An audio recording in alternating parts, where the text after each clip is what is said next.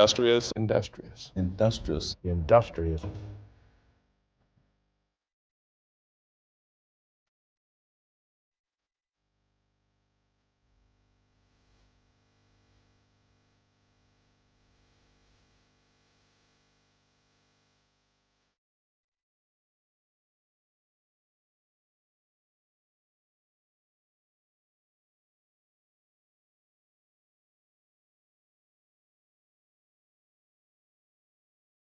Today we are visiting the grand old South and a state which has a long tradition there, South Carolina.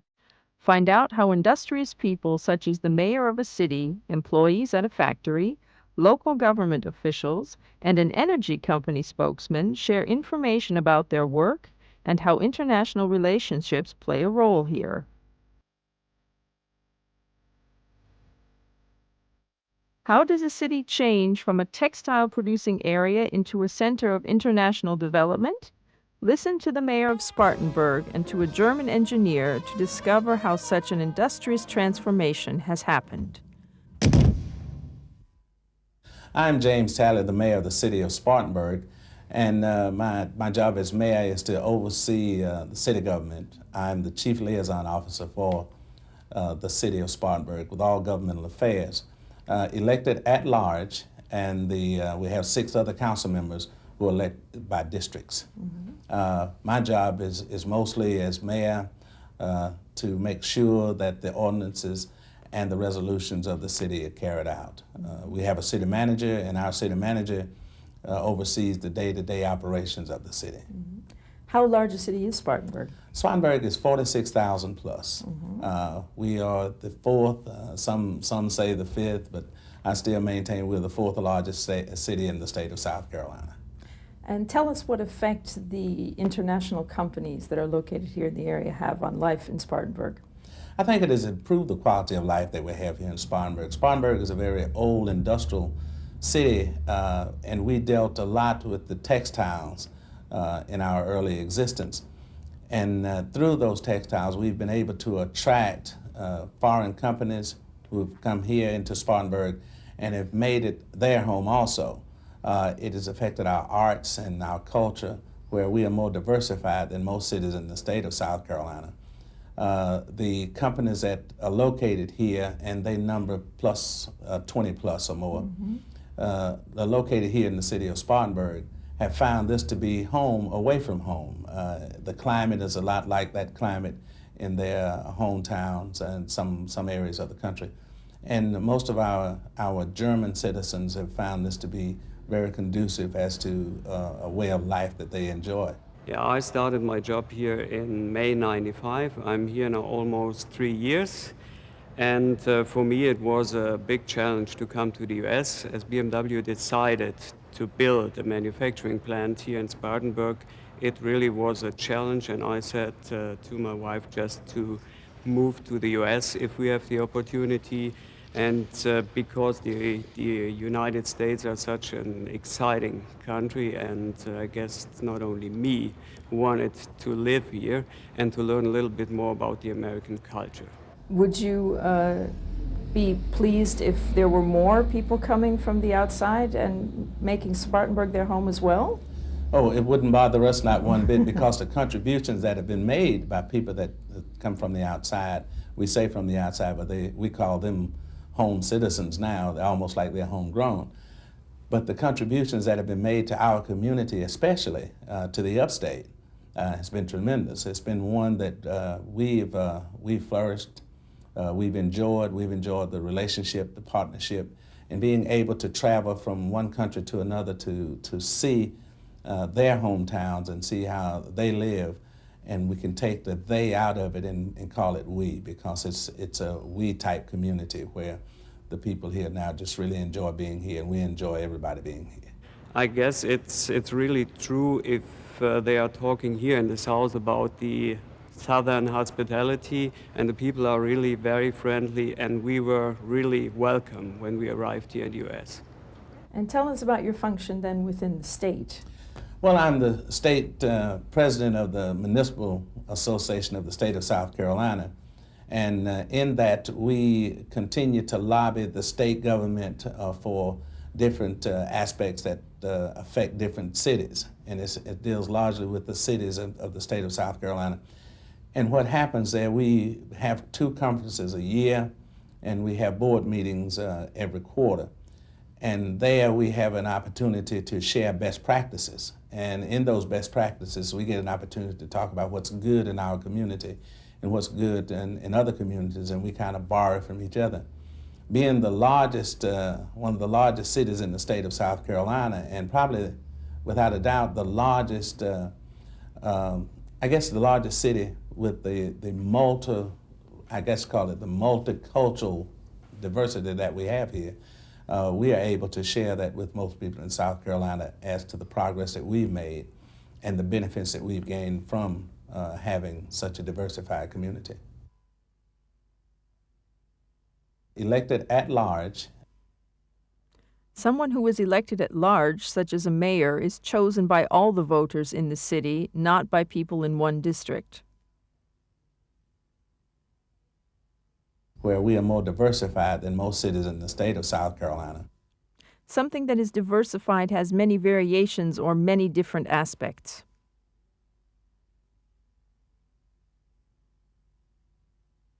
Our German citizens have found this to be very conducive as to a way of life that they enjoy.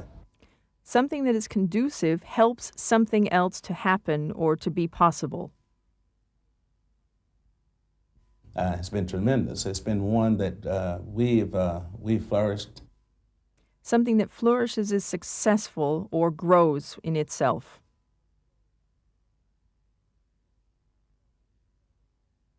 Well, I'm the state president of the Municipal Association of the state of South Carolina. Municipal is a word which refers to anything dealing with a city government. And there we have an opportunity to share best practices. Best practices is a system of exchanging ideas to find the best way to do something.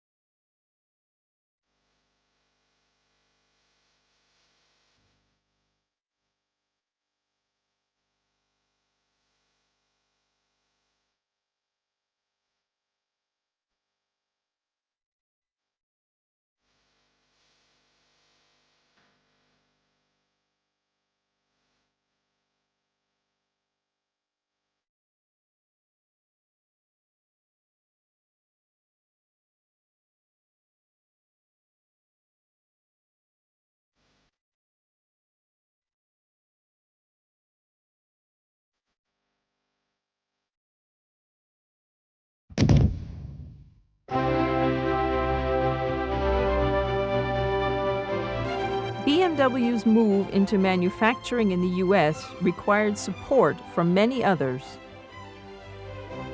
Since the buildup of the plant here in South Carolina, this has become a very industrious area.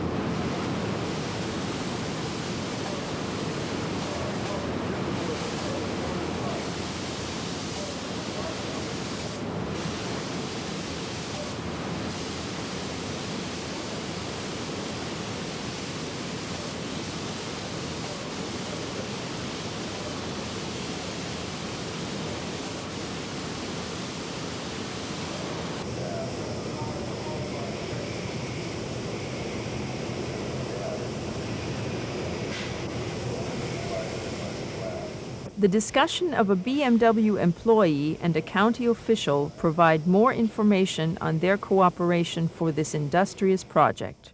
Well, since we just finished watching that little piece of tape that we have from the factory, I thought maybe we could talk for a few minutes about the upcoming project on phase 2. As you know, we've now about $600 million into the project, and we will be spending another $600 million over the next few years and hiring about 1,000 people. We've got a little bit of concern about a wastewater problem that we may have in terms of capacity here in the county. Well, when BMW initially approached us about coming to Spartanburg, we knew that infrastructure might be a problem, and fortunately we were able to handle your initial investment in Spartanburg. But with the expansion, as you just mentioned, you know, the effluent that the plant may produce may be too much for our current facilities to handle, so we're going to have to look at the possibility of expanding our current facilities to meet your needs that are associated with the expansion. Well, I think luckily we got enough time. It looks like from a volume standpoint, it'll be about 2 years before we may need that capacity. So do we have enough time, you think, to work out the details? Yeah, 2 years should give us sufficient time to have the necessary design work done for the expansion of the plant and have the actual construction completed before your expansion goes online. And then, of course, the other thing that you and I both have had concern about is the interstate highway out here. Being a 4-lane road now and the capacity we have, and it looks like our partners at the state are going to help expand it. But then we're going to have, looks like we may have a problem with the exit ramps and what improvements we can try to accomplish there. What do you think? Well, that's a very good point. From the very beginning, BMW has let the county know that it is very dependent on just-in-time delivery. And with the current exit ramps that we have off the interstate, with your suppliers coming in, bringing the supplies for the just-in-time delivery to manufacture your product, we're going to have to look at that situation, because if there's a wreck or some other accident on the interstate now that blocks that one exit ramp, as you know, it could have a critical impact on your production schedule, and we don't want to be the cause of you not being able to meet your production guidelines. Well, I will have, we've got a consultant that is looking at that traffic flow for us. We now think we've got a window of about an hour and a half before we would have production interruption if there was an accident on the roadway and we lost access. So that's a pretty thin window when you think in terms of the future of all these people being employed who could be idled by something as small as a traffic accident. So alternate access to the plant is going to really become key for us as we get into the next century, and appreciate y'all's willingness to help us with it. The other thing that we are focused on is the deregulation of the electrical industry, and as we go to potential of multiple suppliers and having maybe even an increase in the amount of power we generate on the site, and we may need some help from the county again, particularly dealing with issues of water in order to accomplish the generation of the steam and so forth we need for drying. Do you see any problems coming in that area? No, I really don't. I think the deregulation issue that you mentioned is going to be one that causes a great deal of conversation here in the future, and the way it's going to impact BMW is going to be significant every which way it goes. So, yeah, as county government, we're here to assist you in whatever you think is going to be the most efficient way for you to achieve power, to generate power, in order for you to continue to do the great things that you've been doing for the county. We've got a little bit of concern about a wastewater problem. Wastewater is all the water which has been used for some purpose and then is disposed of or thrown out. The interstate highway out here. Interstate highway is the American name for the national road which leads from one state to another state. It is very dependent on just-in-time delivery. Just-in-time delivery is the system in which suppliers bring goods at the time they are needed to the factory for production. As you know, it could have a critical impact on your production schedule. Impact is something that has a strong effect on something else.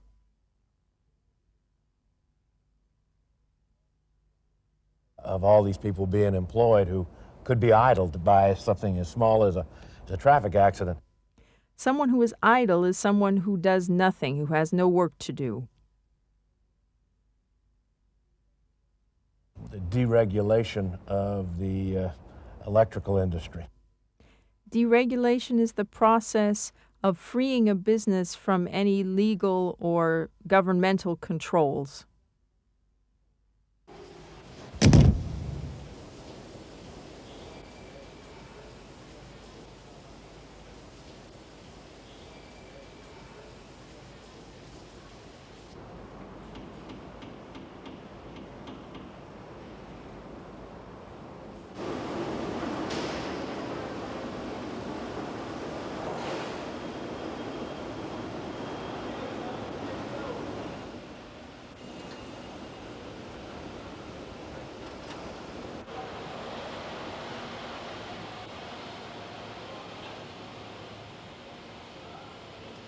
An American working for a German company has many opportunities.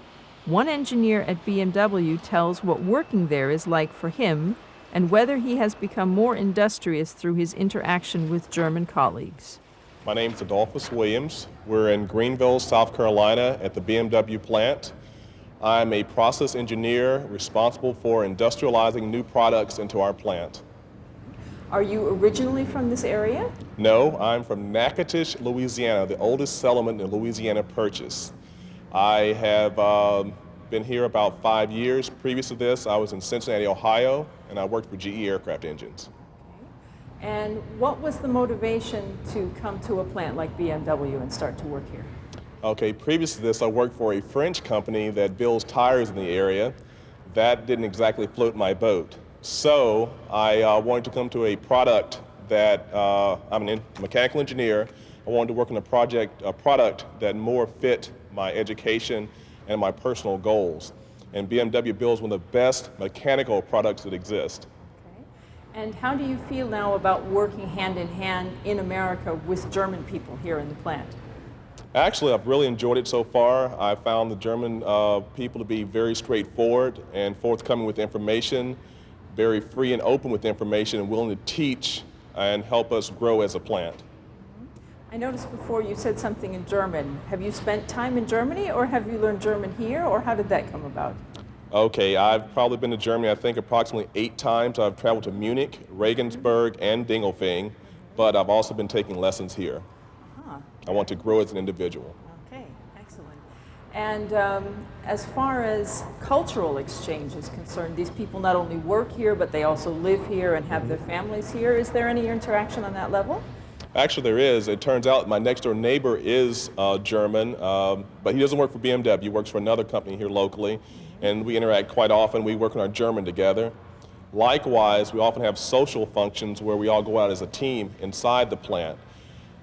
We had one a couple of weeks ago. We had a potluck where we all brought dishes from our ethnic and or national origins to share and experience that together. And what do you think about the individuals who are here? Are they this typical, what Germans think of as being very busy and active and industrious type people? Or is that the way you feel about the people that you work with here? Before I came here, I was warned by the French company that the Germans were crazy. I've found just the opposite. I've found that the Germans are very easy to work with. As I said, they're forthcoming with information. I don't see any of the political things I had to deal with before coming here. I have found them to be very industrious, very energetic in trying to get things accomplished, and they've also helped us to develop the power, as they say. That didn't exactly float my boat.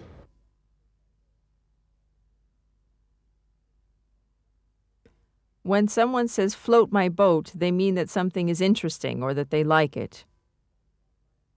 We had a potluck where we all brought dishes from our ethnic and or national origins. Potluck is a meal to which all invited bring special food to share with each other.